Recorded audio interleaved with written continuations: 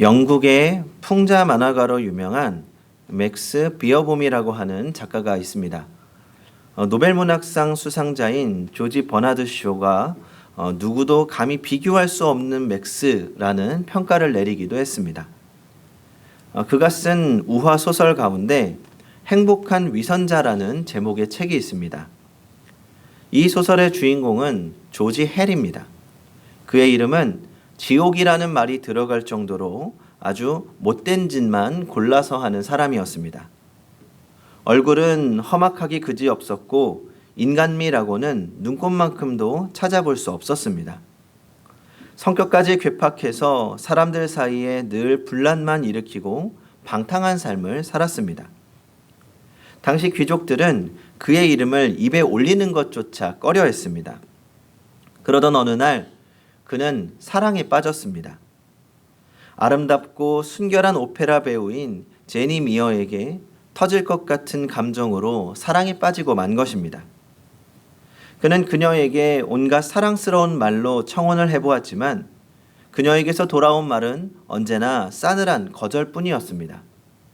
그 마음은 알겠습니다. 하지만 당신처럼 험악하게 생긴 사람의 아내가 될 수는 없습니다. 매몰차게 그지없는 거절이었지만 그는 포기하지 않았습니다. 어떻게든 그녀를 붙잡으려고 궁리에 궁리를 거듭합니다. 그러던 중에 한 가지 묘안을 떠올렸습니다. 그즘 무도회 같은 데서 흔히 사용하는 가면을 이용하기로 한 것입니다. 그는 최고의 가면 제작자를 찾아가서 밀랍으로 된 성자의 가면을 맞추었습니다. 그 가면은 정말 너무 정교해서 진짜 사람의 얼굴처럼 보였습니다. 비싼 대가를 지불하고 만든 인자한 얼굴의 가면을 쓰고 그녀에게 다시 청혼합니다. 달콤한 사랑의 미러와 그의 인자한 모습에 감동한 여자는 그 청혼을 받아들여 결혼을 하게 됩니다. 그는 본래 선량함이라고는 눈을 씻고도 찾아볼 수 없었던 그런 사람이었습니다. 하지만 자기가 사랑하는 아내를 얻게 되자 자신의 본 모습을 감추고 최대한 너그럽고 착하게 살려고 애를 썼습니다. 사랑스러운 아내를 기쁘게 해주기 위해서 열심히 일했고 사랑한다는 말도 아끼지 않았습니다. 자신이 가진 재산을 가난한 사람들에게 나누어 주는 선행도 잊지 않았습니다. 그렇게 단란한 가정을 이루고 행복하게 살고 있었습니다. 그러던 어느 날 한 손님이 찾아옵니다. 그 손님은 조지 헬의 옛 연인인 갬복이었습니다. 그녀는 조지와 제니가 행복하게 사는 모습에 질투가 났습니다. 그래서 조지 헬의 정체를 폭로하기 위해서 찾아온 것입니다. 마침 조지는 편안히 낮잠을 자고 있었습니다. 갬복이는 제니에게 조지의 방탕하게 살았던 지난 이야기를 폭로합니다. 제니는 그녀의 말을 듣고 충격을 받고 심한 갈등에 빠지게 됩니다. 그때 갬복이는 아내 제니가 보는 앞에서 조지 헬의 가면을 벗겨버립니다. 그런데 가면을 벗기는 순간 놀라운 일이 벌어집니다. 가면 속의 얼굴이 험악하고 비열한 남자의 얼굴이 아니었기 때문입니다. 그의 얼굴은 환한 미소를 지으며 편안하게 잠들어 있었습니다. 도리어 그가 쓰고 있던 가면의 얼굴보다 더 인자하고 푸근하게 변해 있었던 것입니다. 조지엘은 가면 뒤에서 끊임없이 회개하고 성자의 얼굴을 닮으려고 노력했고 결국은 실제로 그 성자의 얼굴처럼 바뀌었습니다. 성자의 얼굴이 된 조지헬은 이제 자신의 진짜 얼굴로 사랑하는 아내와 진실한 사랑의 입맞춤을 하는 것으로 이 소설은 끝을 맺게 됩니다. 사랑하면 닮아간다는 말이 있습니다. 사랑하는 만큼 사랑하는 사람의 행동이나 말투나 행동 습관 등을 따라하게 되고 조심하게 됩니다.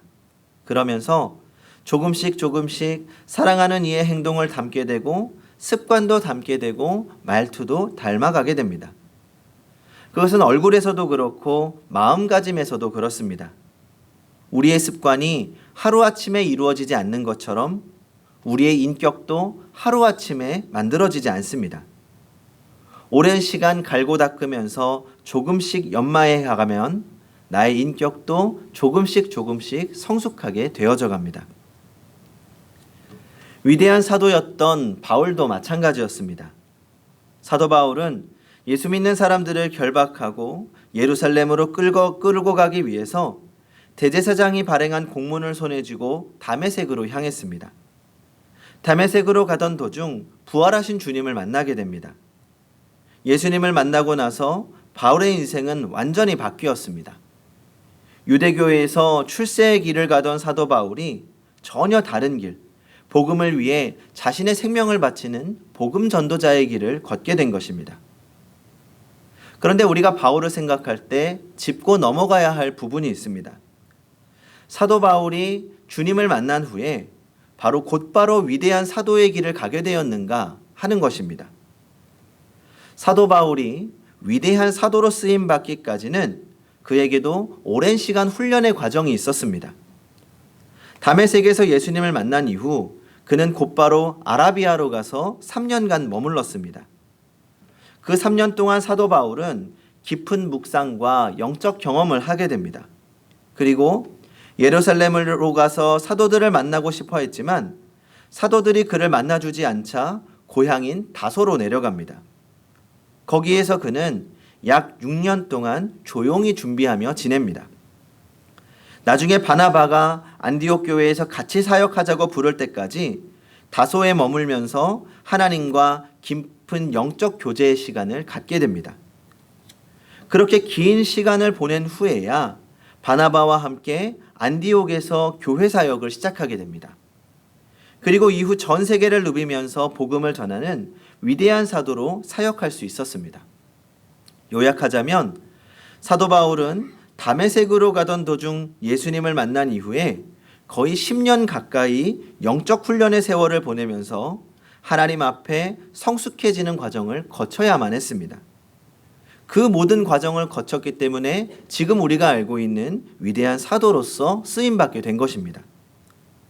우리도 그렇습니다. 우리가 은혜 한 번 받았다고 곧바로 성숙한 신앙이 되는 건 아닙니다.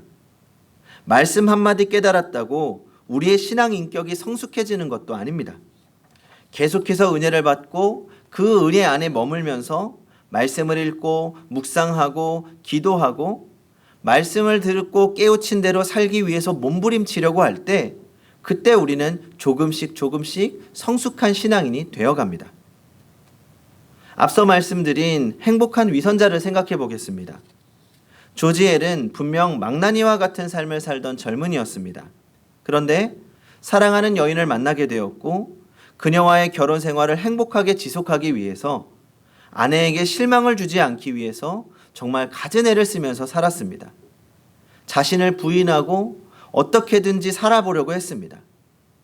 비록 그는 가면 속에 자신의 진실을 감추고 있었지만 오랜 시간이 흐르면서 가면 속에 감추어진 자신의 흉악한 모습이 선량한 모습으로 바뀌었습니다. 사랑하는 이를 위해 선량하게 살겠다는 그의 다짐과 선량하게 살기 위한 몸부림이 그로 하여금 실제로 선량한 사람으로 변하게 만든 것입니다. 우리가 신앙생활을 시작하면 어쩌면 우리 모두 가면을 쓴 채 시작하고 살아가는 것일지도 모릅니다. 우리의 내면은 여전히 죄의 유혹 앞에 흔들리고 세상에 대한 욕심과 쾌락으로 가득합니다. 그러나 조지엘이 사랑하는 아내를 위해 몸부림치며 살았던 것처럼 우리도 사랑하는 하나님 앞에서 부끄럽지 않게 살기 위해 몸부림치다 보면 어느 순간 우리의 얼굴에도 그리고 우리의 인격과 삶에서도 그리스도의 향기가 나는 성숙한 사람으로 변해가는 것입니다. 이스라엘 지역에서 백합화는 보통 4월과 5월에 피기 시작해서 6월의 절정에 이른다고 합니다. 추운 겨울과 매섭게 몰아치는 봄바람을 겪어낸 후에야 백합화는 아름답게 꽃이 피기 시작하고 더욱 진한 향기를 뿜어내게 됩니다. 우리의 삶에서 그리스도의 향기가 나기 위해서도 인내의 시간이 필요합니다.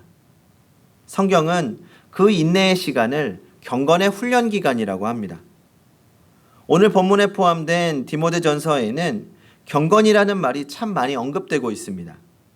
경건이라는 것은 우리가 하나님 앞에서 진실하고 바르게 사는 것입니다.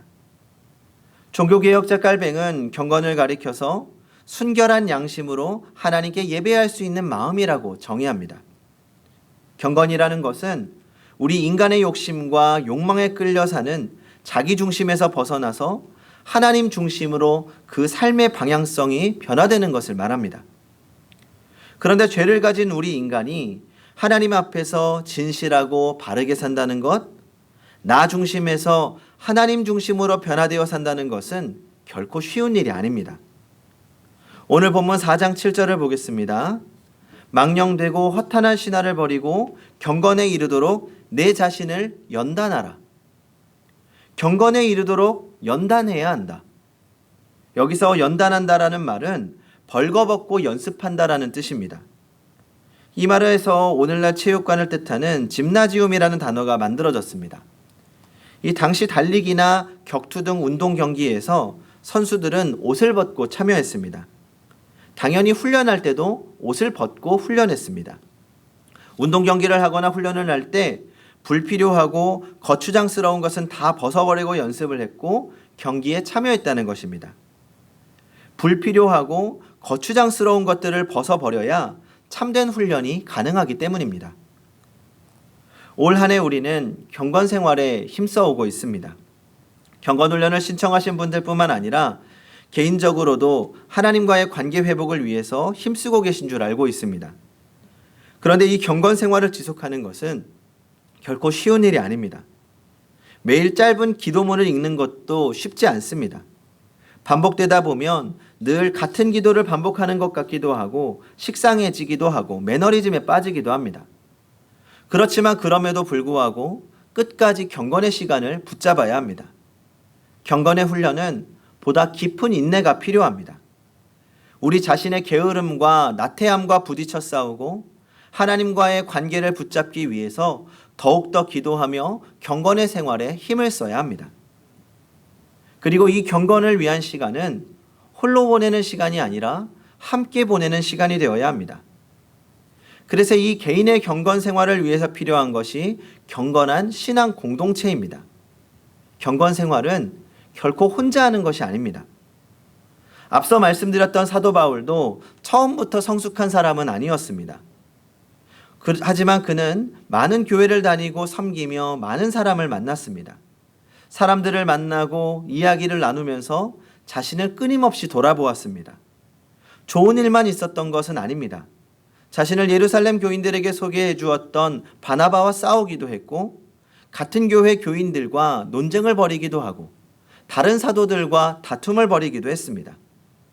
그러나 그런 갈등 속에서도 은혜를 나누는 신앙 공동체를 붙들었고 신앙 공동체를 세우는 데 애를 썼고 신앙 공동체 안에서 함께 성숙을 이루었습니다. 바울이 성장할 수 있었던 것은 바울과 함께 했던 많은 신앙의 지체들 덕분이었습니다. 그래서 바울도 자신의 편지 말미에 자신과 함께 했던 동역자들의 이름을 적어 그들을 기억하고 그들과 나누었던 은혜들을 돌아보았습니다. 우리에게도 경건한 신앙 공동체가 필요합니다. 사람은 혼자 성숙할 수 없습니다. 공동체 안에서 은혜를 나누고 서로 배우며 성장합니다. 저도 성장하는 목회자가 되고 싶습니다. 이 많은 목회자들의 고민 중 하나는 스스로 성장하지 못한다는 겁니다. 교회 사역에 매여 있다 보면 배움의 기회도 자꾸 멀어지고 스스로 자기 안에 갇혀서 더 이상의 발전이 없어지는 경우가 많습니다.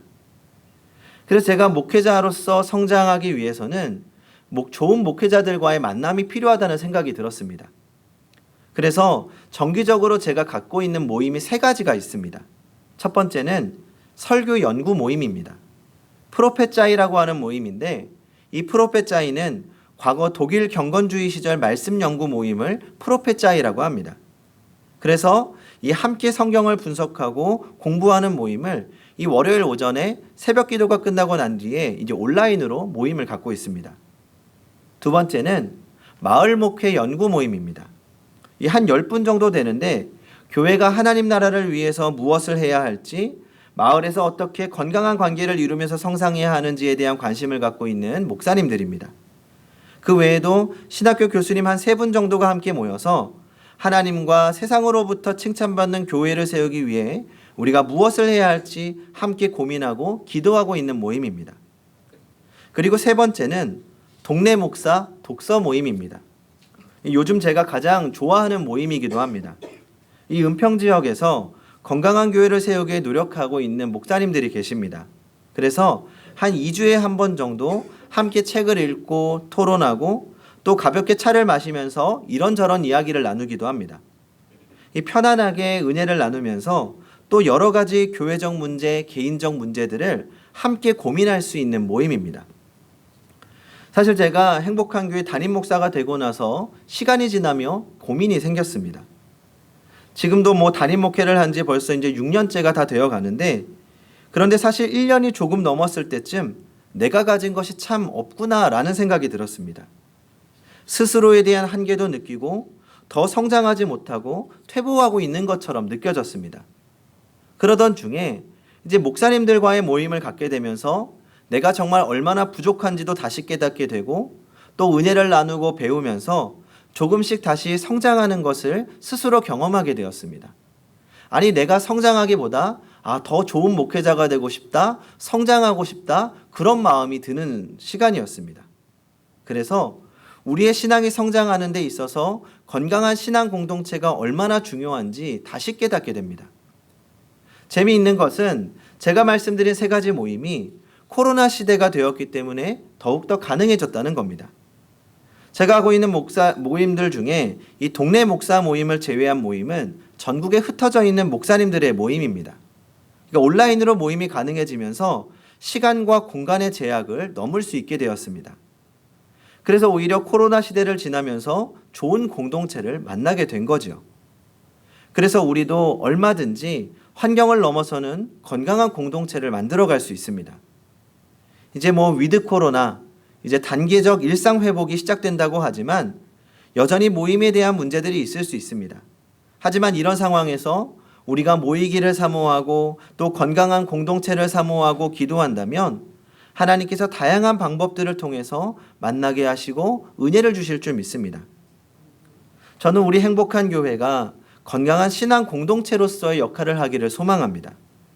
코로나가 지속되면서 많은 교회들에서 성도들 간의 공동체성이 무너져가고 있다고 합니다. 예배가 무너져가는 것보다 공동체성이 무너지는 것을 더 심각한 위기로 보는 분들도 많습니다. 이제 단계적 일상 회복이 시작된다고 하지만 과거의 모습을 회복하기까지 얼마나 걸릴지는 알 수 없습니다. 그러나 이럴 때일수록 우리는 건강한 신앙 공동체를 회복하기 위해서 함께 기도해야 합니다. 뿐만 아니라 우리가 그 공동체 안에 속하길 사모하고 또 함께 공동체를 이루어가야 합니다. 그러면 그 안에서 함께 주를 닮아가는 성숙의 과정이 일어날 것입니다. 성도 여러분, 우리는 주님을 만나는 그날까지 주를 닮아가야 합니다. 높은 경건에 이르도록 우리 자신을 연단하며 조금씩 주를 닮아야 합니다. 조금만 인내하십시오. 사랑하는 지체들과 함께 서로를 배우면서 주를 닮아가다 보면 우리도 모르는 사이에 우리는 경건의 사람으로 변해 있을 것입니다. 그렇게 주님 안에서 하루하루 성장하여 언젠가 그리스도의 향기를 내는 아름다운 성도님들이 되시기 바랍니다. 기도하겠습니다.